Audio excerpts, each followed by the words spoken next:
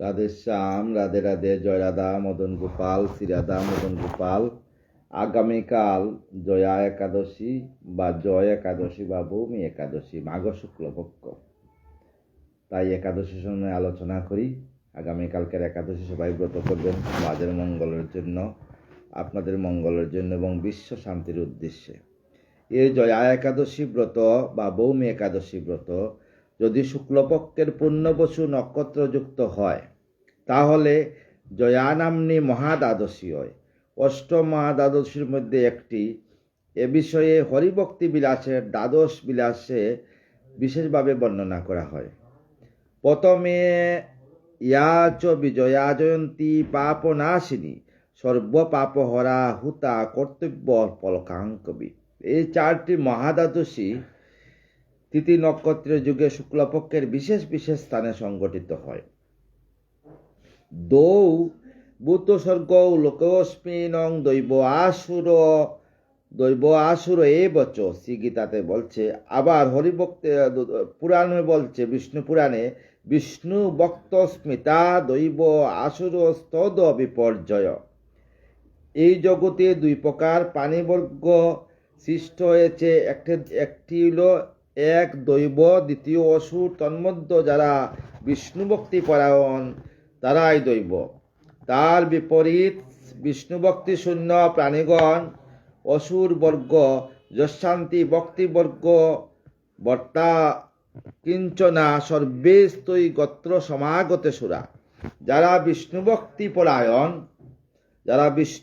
পরায়ণ তারা শ্রীহরির চরণাশ্রিত, সুতরাং তারা দ্বাদশী তিথির অধিদেবতা শ্রীহরি দ্বাদশী সংযুক্ত শ্রী একাদশী ব্রত পালন করেন।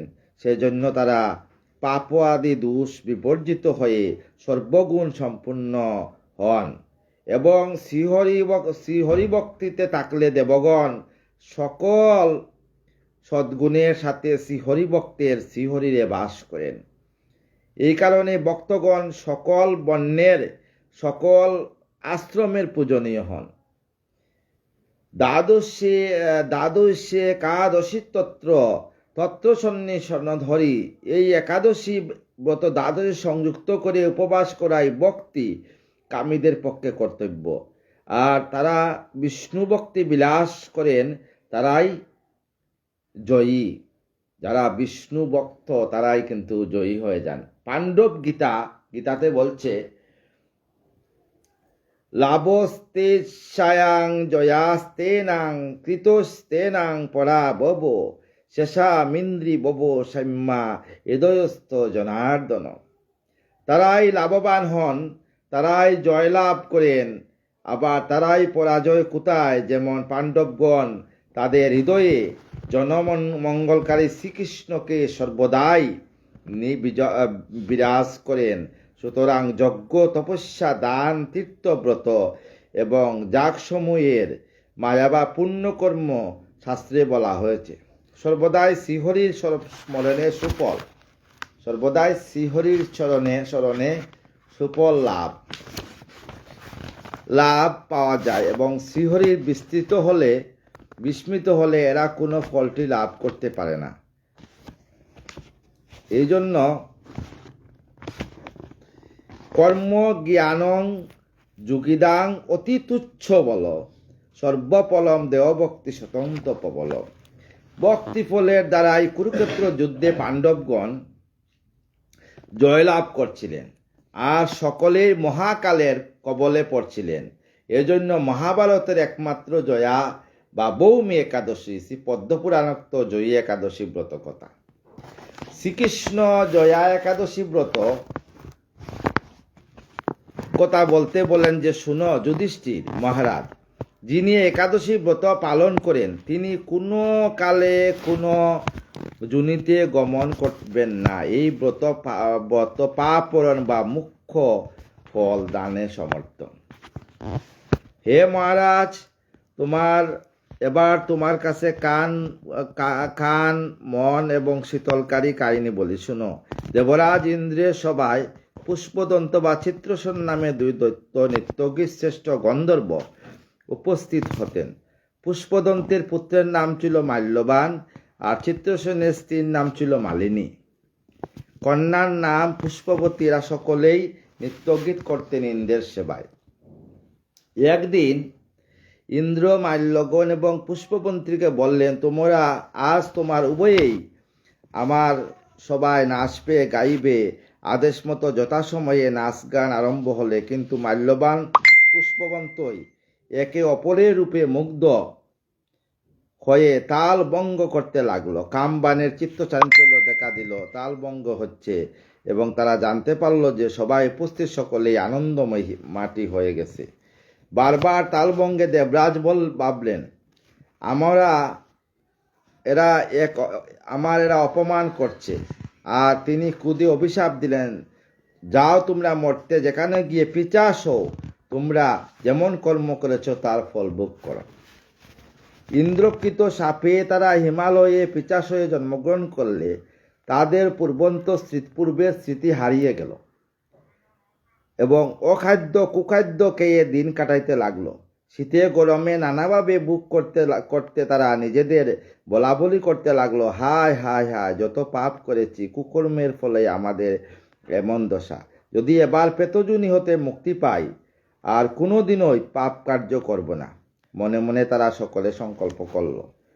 তাদের ভাগ্য ফুলে মাঘ মাসে শুক্লপক্ষের জয়া একাদশী তিথি এসে গেল এবং এদিকে ঘটনাচক্রে পিশাচ এবং পিশাচিনীর জয় মহা একাদশী তিথিতে কোনরূপ খাদ্য পেল না পেলে দিন কাটাতে গেল।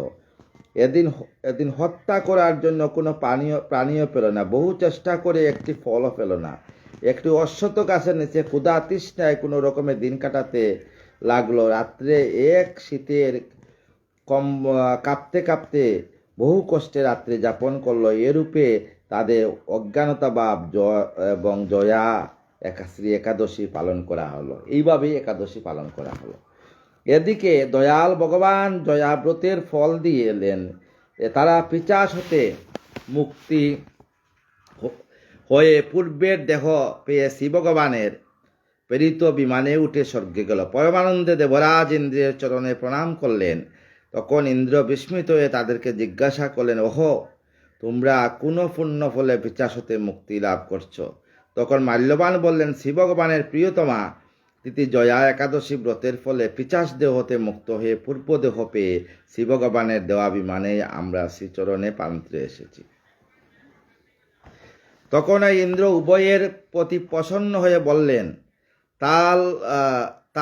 ভালো, বুঝলাম শ্রী বিষ্ণুর প্রতি তোমার ভক্তিমান হয়েছ, আর শ্রীহরি বাসর ব্রত তোমাদের নিষ্ঠা জাত হয়েছে। অতএব তোমরা অতি পবিত্র, এজন্য তোমাদের আমি সুধা দিচ্ছি। তোমরা সুধা পান করো, পরমানন্দে আমরা সভাতে নৃত্যগীত করো। আজ হতে যারা জয়াব্রত পালন করবে বা বৌমে একাদশী পালন করবে, তারা দৈবং বসে পিশাচং মুক্তি লাভ করবে। আর মর্তগামী তারাই শ্রদ্ধা ভক্তি স্বয়ং জয় হবে। একাদশী ব্রত করবে তারা সকলেই আমার ভালোবাসা পাবে। এরপর পুষ্পবতী মাল্যবান কিছুকাল ইন্দ্রের সভায় নৃত্য করে এবং গীত পরিবেশন করে শ্রী ভগবানের ইচ্ছায় বৈকুণ্ঠে গমন করে শ্রী ভগবান নৃত্য গীতের আনন্দে প্রদান করতে লাগলো। জয় রাধা মদন গোপাল, শ্রী রাধা মদন গোপাল। এই যে আজকের একাদশী, স্বয়ং ভীম কুরুক্ষেত্র যুদ্ধের আগে ভীম এই একাদশী করলেন। ভীম এই একাদশীর দিনে উপবাসী ছিলেন। তাই ভীম তো ব্রত করতে পারতেন না। তাই মাকে বলছিলেন, মা, আমি তো উপাস করতে পারি না। তাই মা বললেন যে একদিন উপাস করতে। কঠিন একাদশী ব্রত বৈমী একাদশী। আপনার একাদশী ব্রত করে আপনাদের মঙ্গলের জন্য, জীবের মঙ্গলের জন্য, সমাজের মঙ্গলের জন্য একাদশী ব্রত করবেন। আর রাধা রাধা নাম করবেন। রাধা নাম করলে দেহে থেকে সমস্ত পাপ নাশ হয় আর অচিরে রাধারানীর যুগল চরণ প্রাপ্ত হন। রাধে শ্যাম, রাধে রাধে। জয় রাধা মদন গোপাল, শ্রী রাধা মদন গোপাল।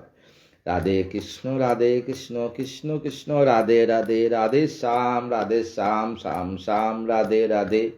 জয় রাধা জয় কৃষ্ণ জয় বৃন্দাবন, শ্রী গোবিন্দ গোপীনাথ মদন মোহন। জয় রাধে জয় রাধে জয় রাধে জয় রাধে। তপ্ত কাঞ্চন গৌরাঙ্গিনী রাধে বৃন্দাবনেশ্বরী বিশ্ববাণী সুতাঙ্গী পরমামি হরিপ্রিয়। রাধে শ্যাম রাধে।